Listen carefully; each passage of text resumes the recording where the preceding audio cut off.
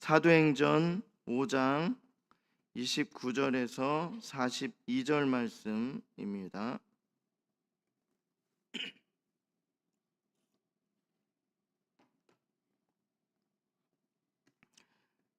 제가 먼저 읽겠습니다.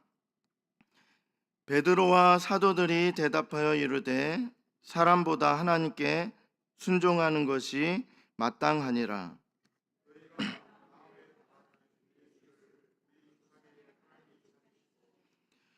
이스라엘에게 회개함과 죄사함을 주시려고 그를 오른손으로 높이사 임금과 구주로 삼으셨느니라.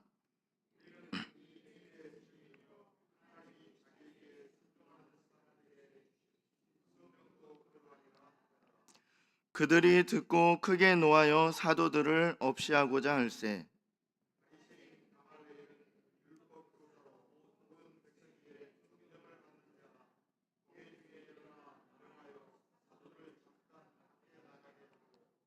말하되 이스라엘 사람들아 너희가 이 사람들에게 대하여 어떻게 하려는지 조심하라.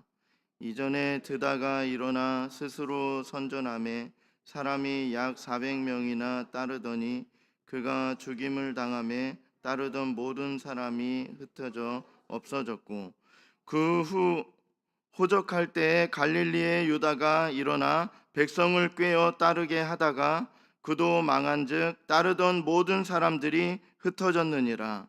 이제 내가 너희에게 말하노니 이 사람들을 상관하지 말고 버려두라. 이 사상과 이 소행이 사람으로부터 났으면 무너질 것이요 만일 하나님께로부터 났으면 너희가 그들을 무너뜨릴 수 없겠고 도리어 하나님을 대적하는 자가 될까 하노라 하니 그들이 옳게 여겨 사도들을 불러들여 채찍질하며 예수의 이름으로 말하는 것을 금하고 놓으니 사도들은 그 이름을 위하여 능욕받는 일에 합당한 자로 여기심을 기뻐하면서 공회 앞을 떠나니라. 함께 읽겠습니다. 그들이 날마다 성전에 있든지 집에 있든지 예수는 그리스도라고 가르치기와 전도하기를 그치지 아니하니라. 아멘. 오늘은 사도행전 5장 말씀으로 담대히 복음을 전파하다라는 제목으로 말씀을 나누도록 하겠습니다. 복음을 전하며 고난을 받을 때 하나님의 능력과 힘은 더 크게 나타났습니다. 사도들을 붙잡아 온 자들은 믿는 자들을 박해하고 심지어 죽이려 하는 그러한 사람들에게 끌고 갑니다. 사도들이 지키지 않았다라고 한 죄는요, 세상의 명령에 복종하지 않았다, 금지 사항들을 지키지 않았다라는 것입니다. 그러나 이러한 자들에게 이미 베드로는 이렇게 담대히 말하였습니다. 사도행전 4장 19절에서 21절 말씀에는요, 베드로와 요한이 대답하여 이르되 하나님 앞에서 너희의 말을 듣는 것이 하나님의 말씀을 듣는 것보다 옳은가 판단하라. 우리는 보고 들은 것을 말하지 아니할 수 없다 하니 관리들이 백성들 때문에 그들을 어떻게 처벌할지 방법을 찾지 못하고 다시 위협하여 놓아 주었으니 이는 모든 사람이 그 된 일을 보고 하나님께 영광을 돌림이라. 이에 더하여서요 그들은 사도들이 거짓말을 했다 이렇게 죄를 뒤집어 씌웁니다. 그들이 정한 것들, 하나님께서 말씀하신 것도 아니고요, 그들이 정한 것들, 유리하게 정한 것들을 지키지 않았다, 그리고 사도들이 거짓말하고 있다, 이러한 죄목을 뒤집어 씌워서 사도들을 죽이려고 하고 있습니다. 그들은 감옥에 갇히는 일을 한 번도 아니라 2번이나 겪게 됩니다. 복음을 전하는 자들은 반대하는 무리들에 의해서 결국 죄 없이 옥에 갇히게 됩니다. 선한 자와 악한 자가 조화를 이룰 수 없듯이 이렇게 하나님을 잘 따르는 무리들은 이러한 사람들을 시기하는 사람들이 있습니다. 어떻게든 하나님의 일을 하는 것을 중단시키려고 하는 자들이 있다라는 것입니다. 사도들을 잡아 가두면 모든 일이 중단되겠지. 이게 사람의 생각이었습니다. 사도들은 잡혔고 죄 없이 그냥 아무런 이유 없이 사도들은 복음을 전했다라는 그 이유 하나만으로 감옥에 갇힙니다. 그러면 이제 끝날 줄 알았어요. 이 악한 사람들은 이렇게만 하면 되겠지라고 생각했습니다. 그러나 하나님의 뜻은 달랐습니다. 하나님께서는 사도들을 옥에서 풀어주시고 복음 전파의 사명을 감당하도록 새롭게 하셨다라는 거예요. 모든 것을 새롭게 하셔서 이렇게 비록 감옥에 갇혔지만 그럼에도 불구하고 하나님께서는 그들을 다시금 사명 감당하는 일을 계속해서 할 수 있도록 그렇게 만들어 주셨습니다. 사도행전 5장 19절에서 20절을 보면요, 주의 사자가 밤에 옥문을 열고 끌어내어 이르되 가서 성전에 서서 이 생명의 말씀을 다 백성에게 말하라 하매. 이렇게 하나님의 그 사람을, 하나님의 주의 사자, 하나님께서 그들을 보내서 이렇게 사도들을 감옥에서 풀려나게 하셨고 또 사명 감당할 수 있는 그 상황을 만들어 주셨습니다. 사도들을 가둔 자들은 아직도 죄수들이 감옥에 있다고 생각했습니다.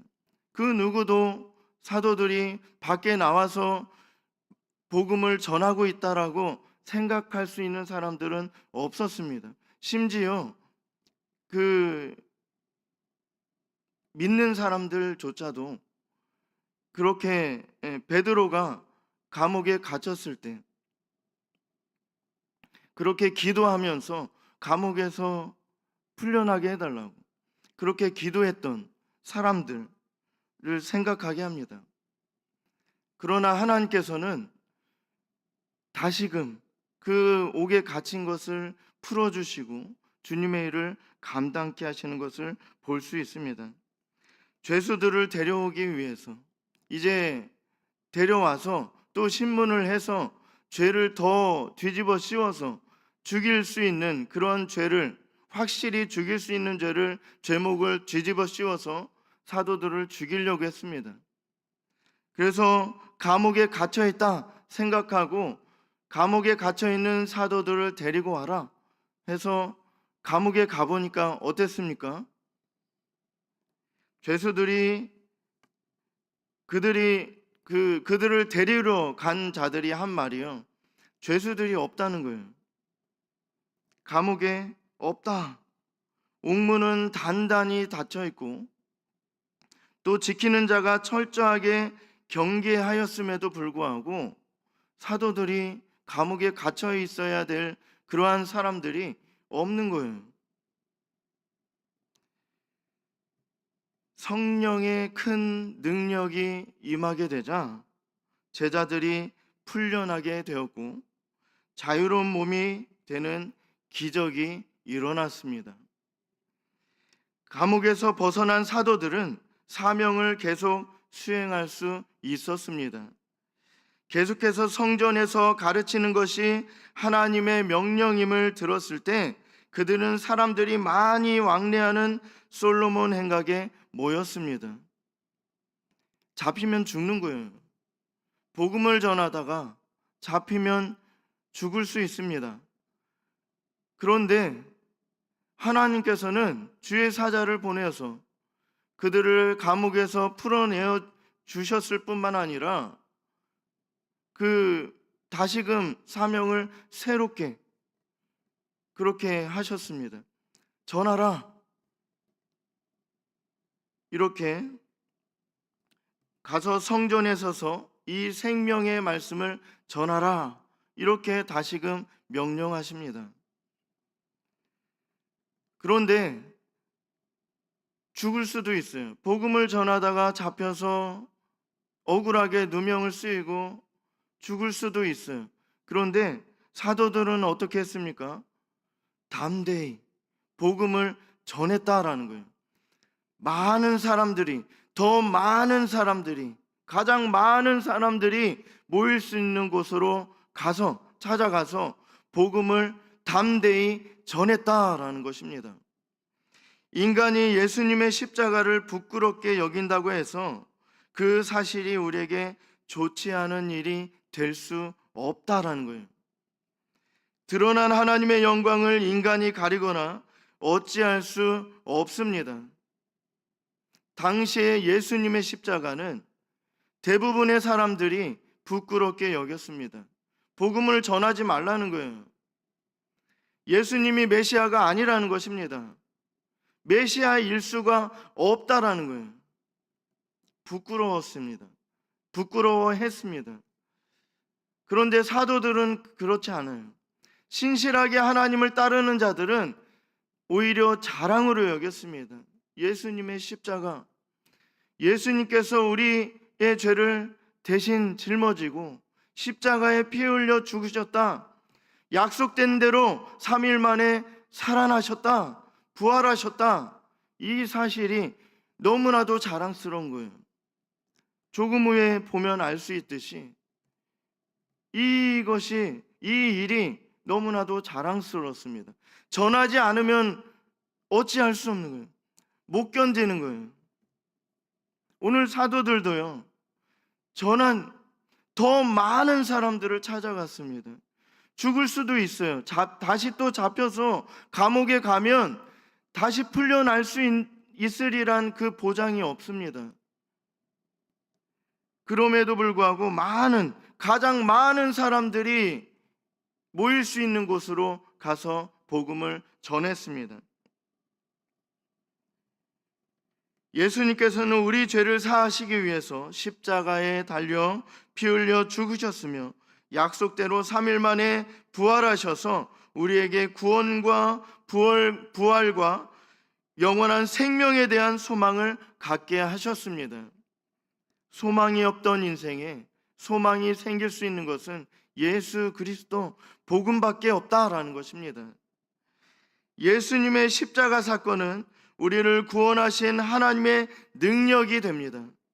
능력의 하나님, 구원의 하나님, 은혜의 하나님, 사랑의 하나님께 우리는 감사하며 영광을 그분께만 돌려야 마땅합니다. 그럼에도 불구하고 사람들은 이 사실을 수치스럽게 여겨요. 또 부인하고 거부하고 심지어 예수님 잘 믿는 사람들을 잡아다 죽이면서도 그것을 기뻐하고 있어요. 죄로 인해 하나님과 멀어진 인간이 하나님과 화해할 수 있는 그것은 예수님의 희생과 인간들의 회개 없이는 불가능합니다. 회개란 죄로부터 돌이키는 것입니다. 죄에 대하여 나쁘게만 생각하는 것을 넘어서 내가 잘못했구나, 그 전에 죄 지었던 것을 후회하는 것, 그것을 뛰어넘어야 됩니다. 그것이 회개입니다. 자신의 목적과 방향을 바꾸기를 갈망하고 그동안에 갔던 길을, 그 죄의 길을 돌이켜야 돼요. 잘못한 것, 그 잘못된 길로 들어서서 죄를 짓고 또 하나님께 회개하는 척하면서 가던 그 죄악의 길을 계속해서 가는 것은 결코 회개가 될 수 없습니다. 그래서 회개에 합당한 열매를 맺어야 된다 말씀하십니다. 그 죄, 하나님께서 깨닫게 하셨을 때 우리가 눈물로 회개하면서 주님께 용서해달라고 간구하고 이제 그러한 그 회개한 죄를 또 반복해서 계속해서 짓고 하는 것이 아니라 거기서 돌이켜야 돼요. 그러한 그 목적, 죄를 계속해서 짓는 것, 그것을 기뻐하고 그러한 것들을 계속해서 가는 것이 아니라 그 목적과 방향을 바꾸기를 갈망하고 죄를 짓지 않기를 마음 깊이 원하는 것, 그리고 실질적으로 그렇게 살아가는 것, 그것이 회개다라는 것입니다. 사도행전 2장 38절에는요 베드로가 이르되 너희가 회개하여 각각 예수 그리스도의 이름으로 세례를 받고 죄사함을 받으라. 그리하면 성령의 선물을 받으리니, 이렇게 말씀합니다. 이곳에 온 사람들 중에 오순절 성령님이 임하셔서 큰 능력이 나타나게 되었음을 본 자들이 많이 있었습니다. 이 큰 일에 대해서 보고 들었던 자들이 바로 증인이다, 이 사실을 오늘 말씀은 증거합니다. 하나님께 순종하는 자들에게 주님께서는 성령을 부어주십니다. 성령께서는 주님의 백성들 가운데 항상 역사하고 계십니다. 예수님께서 그리스도이심을 믿음으로 받아들인 자들에게 성령을 선물로 주시겠다, 이렇게 약속하십니다. 이러한 귀한 은혜를 베풀어 주신 하나님께 우리는 감사하며 찬송하며 영광을 그분께 돌리는 것입니다. 복음을 반대하는 자들은 사도들을 잡아서 그들을 죽일 수 있는 자들에게 데려옵니다. 그들은 전에도 이렇게 하여 믿는 자들을 잡아서 죽이는 일에 성공했었습니다. 사도들도 동일한 방법으로 잡아들인 거예요. 죽일 수 있다라고 확신했을 것입니다. 그전에도 이러한 일을 성공한 적이 있어요. 하나님 잘 믿는 사람들을 죄 없이 옥에 가두고 또 죽이는 일에 성공했었습니다. 그렇기 때문에 오늘 사도들도 이렇게 복음을 전하는 것, 그것을 중단시키기 위해서 예수를 그리스도로, 예수를 구세주로 그렇게 전하는 것을 중단시키려고 그들은 잡아 죽일 수 있는 자들에게 데려온 것입니다. 사도들은 죄가 없었음에도 불구하고 범죄자처럼 공회에서 여러 가지 죄목으로 억울하게 신문을 받습니다. 죄목은 사도들이 금지사항을 어겼기 때문이라 말했는데요, 이것은 하나님의 말씀대로 신문한 것이 아니라 본인들끼리 정한 거예요. 모든 백성들이 납득할 만한 그러한 법이 아니라 본인들끼리 정한 것입니다. 그러한 것을 지키지 않았다고 해서 하나님의 말씀을 어겼다, 이렇게 죄를 뒤집어 씌운 거예요. 예수님께서 구세주다, 이 사실이 어떻게 죄가 됩니까?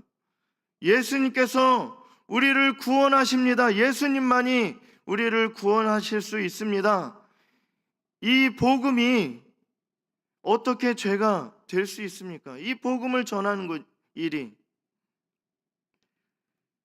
또 사도들이 거짓 교리를 전했고 백성들을 선동했다, 이렇게 말하고 있는 것입니다. 사도들을 죽이려는 자들은 가말리엘이 나서서 그들이 사도들을 죽이지 못하게 하고 풀려나도록 했습니다. 이렇게 하나님께서는 어떠한 인물을 사용하셔서 주님의 일을 이루십니다. 요셉에게는 바로를 사용하셨어요. 느헤미야에게는 아닥사스다 왕을 사용하셨고, 다니엘에게는 느부갓네살과 벨사살, 다리우 왕을 사용하셨습니다. 이스라엘 백성들을 고향 땅으로 돌아오게 하실 때는 고레스 왕을 사용했다라는 것입니다. 그렇게 잠언서 21장 1절에 이렇게 말씀합니다. 왕의 마음이 여호와의 손에 있음이 마치 봇물과 같아서 그가 임으로 인도하시느니라. 한 나라의 왕까지, 그리고 그 세계를 다스리는, 세계를 움직일 수 있을 만한 나라를 사용하셔서 하나님께서는 그 일을 이루십니다. 사도들은 복음을 다시는 전하지 말라는 경고를 받고 풀려납니다. 그들은 어디에서든 예수님께서 그리스도라고 가르치고 전도하기를 멈추지 않았습니다. 참으로 너무나도 힘든 일입니다. 우리에게도 복음 전하는 일이 너무나도 힘들지만 하나님께서는 우리에게 계속해서 명령하십니다. 복음을 전하라, 열매를 맺으라. 이렇게 하나님께서 기뻐하시는 열매를 맺으며 살아가라. 복음의 열매를 맺으며 살아가라. 이렇게 계속해서 우리에게 명령하십니다. 42절은 이렇게 말씀합니다. 그들이 날마다 성전에 있든지 집에 있든지 예수는 그리스도라고 가르치기와 전도하기를 그치지 아니하니라. 아멘. 복음을 반대하는 자들의 경고에도 불구하고 사도들은 예수님의 이름을 위하여 어려운 일 당하는 것을 기뻐했습니다. 예수님을 위해 옥에 갇히고 위협당하고 채찍질을 당합니다. 심지어 목숨까지도 위태로운 상황을 겪으면서도 믿는 자들의 마음속에는 오늘 말씀의 사도들이 가졌던 마음이 있습니다. 우리에게도 복음을 전할 때 많은 어려움을 당하게 됩니다. 심적으로, 육적으로 너무나도 많은 고통이 있습니다. 그럼에 불구하고 오늘 사도들이 가졌던 마음, 복음을 전할 때 가졌던 마음이 우리 가운데 충만하길 원합니다. 그들은 기뻐했습니다. 기쁨이 충만했다라는 사실입니다. 사도들에 대한 박해가 더욱 커질수록 성령의 역사도 더욱 크게 나타났습니다. 사도들은 모욕과 박해 속에서도 큰 믿음을 보였습니다. 죄 없이 억울하게 감옥에 갇혔지만 하나님의 은혜로 다시 풀려나게 됩니다. 온갖 핍박에도 불구하고 사도들은 사람들의 말을 듣는 것보다 하나님의 말씀을 듣고 행하는 것이 마땅하다, 이 사실을 알고 더욱 힘을 내어서 자신들이 있는 어느 곳에서라도 복음을 전합니다. 하나님께서는요, 일어난 모든 일이 그분께서 하신 것임을 알고 믿게 하시기 위해서 성령으로 역사하사 사도들을 풀려나게 하시고 복음을 전할 수 없는 상황에서도 담대함을 주사 복음을 전하게 하십니다. 복음 전하는 자들은 자신의 일을 최선을 다해 감당함으로 하나님께 영광을 돌립니다.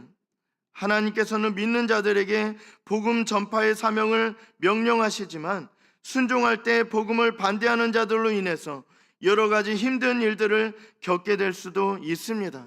그러나 악한 자들의 나쁜 수단과 공격이 아무런 소용이 없는 것은 전하는 분이 결국 예수님이 될 것이다 라는 사실입니다. 우리가 머뭇거릴 필요가 없습니다. 또한 주저할 필요 없고 두려워할 필요도 없고요, 이를 중단할 필요도 없습니다. 이제 영적 코로나 완전 정복 운동, 그리고 11월 3일에는 총동원 초청주일, 이때까지 엄청난 그 사탄의 방해, 사탄은 우리를 직접 건드릴 수는 없지만 사람의 마음을 유혹해서 우리 복음을 전하고 열매 맺으려고 하는 그러한 우리를 계속해서 공격할 것입니다. 우리의 가족이 될 수도 있고 또 그 일을 방해하는 자들이 우리가 가장 가깝게 여겼던 사람들이 될 수도 있고요, 어떠한 상황이 벌어질 수도 있습니다.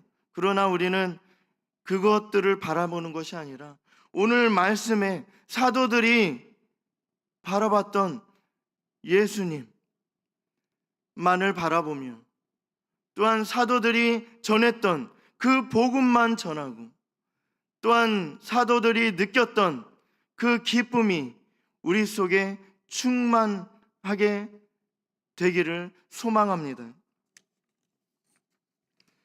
그들은 주님의 말씀대로 순종하며 성전에서 복음을 전했습니다.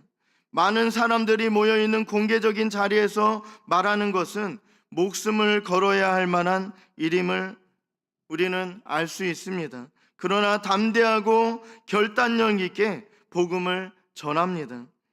주님의 백성으로서 할 일은 죽어가는 많은 사람들을 살리는 생명의 말씀을 전하기 위해서 최선을 다하는 것인 줄로 믿습니다.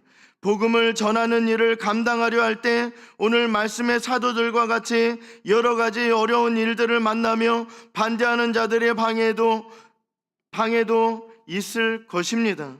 그럼에도 불구하고 하나님 말씀에 순종하여 담대하게 복음을 전하길 원합니다. 오늘 말씀의 사도들에게 성령님께서 역사하여 주사 고난 중에서라도 목숨이 위태로운 심각한 상황일지라도 더욱 담대히 복음을 전하게 하신 것처럼 우리도 성령 충만하게 감동되어지는 인생이 되길 원합니다. 복음의 귀한 열매 맺는 과정 중에 역사하시는 주님의 크고 놀라운 일들을 체험하길 원합니다. 우리 믿는 자들이 행하는 모든 일들을 통해서 크고 놀라운 일들을 체험하며 되어지는 모든 일들로 오직 주님께만 영광 높이는 삶을 살아가는 우리 모두가 되기를 간절히 소망합니다.